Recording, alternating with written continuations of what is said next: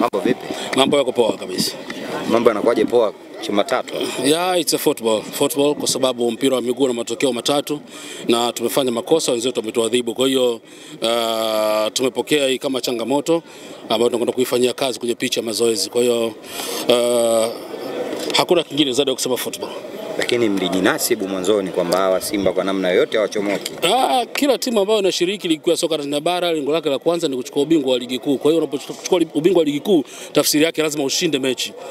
Tumejipanga kushinda mechi lakini tumefanya makosa kama ulivyo mpira wa miguu ni mchezo wa makosa. Tumefanya makosa, wenzetu wametumia makosa yetu, wametuadhibu, wamepata point 3. Kinachofuata sasa kwa Mbeya City. Mbeya ziko takriban siku 10. Mara baada ya hapo tutarejea kambini tena kujiwinda na michezo mingine ya ligi kuu ya soka Tanzania bara, tayari kabisa kuendelea kupeperusha bendera yetu vyema. Umetuambia hapa kila timu inayoshiriki ligi kuu lengo lake ni kuchukua ubingwa. Ndio. Hii ni moja ya ndoto ya Mbeya City kwa msimu huu. Tulikuwa tumecheza championship kwa takriban miaka 2.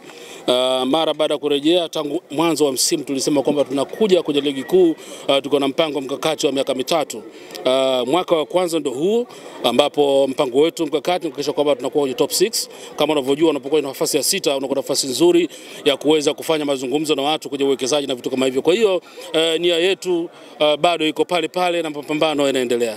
Mmecheza na Young Africans mkapata sare of course na leo mmefungwa na Simba. Kwa kumuona hizi mechi mbili ipi ilimipa kashikashi ama ipi ilinipa ugumu sana? Mechi dume unaona kabisa ilikuwa ipi hata wewe kwa sababu mpira wa miguu ni transfer game, mchezo wa wazi. Kwa ulikuwa unaona kabisa mechi ipi kwa ngumu. Timu ya Bahati ilikuwa ya kule Mbeya dhidi ya Yanga. Umesema malengo ni kusalia kwenye top 6. Lakini kwa mwenendo ambao yuko nao sasa hivi Mbeya City, unaona mnaweza mkafikia kwa sababu michezo takriban 4 sasa mfululizo. Mwenendo unanifananisha na nani? Wewe unanifananisha na nani mwenendo huo? Wewe si umesema unataka kuwepo top 6? Yes, ananiambia mwenendo huu yeye kama uelewi, namuuliza ananifananisha na nani? Mimi naitaka top 6.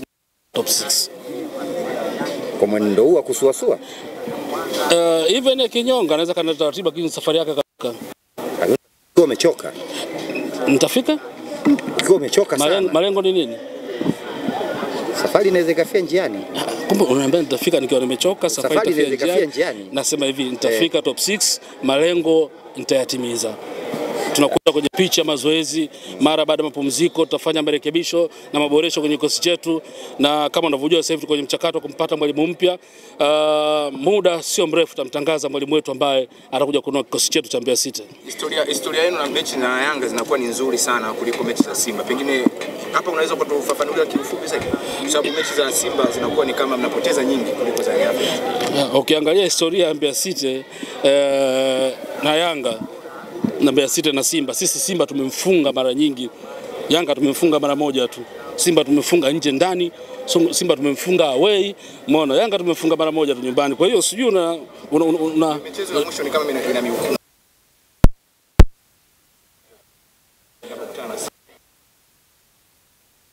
Yaani mmefunga mara nyingi na Simba. Kuliko nani? Kuliko Simba kamefunga nyinyi mara nyingi sana, maana ikakuuliza hili swali. Ndio maana nasemaje, ukiniambia Yanga sawa na rekodi ya kumfunga mara moja tu. Lakini Simba nimemfunga mara nyingi, tena nimepiga nje na ndani.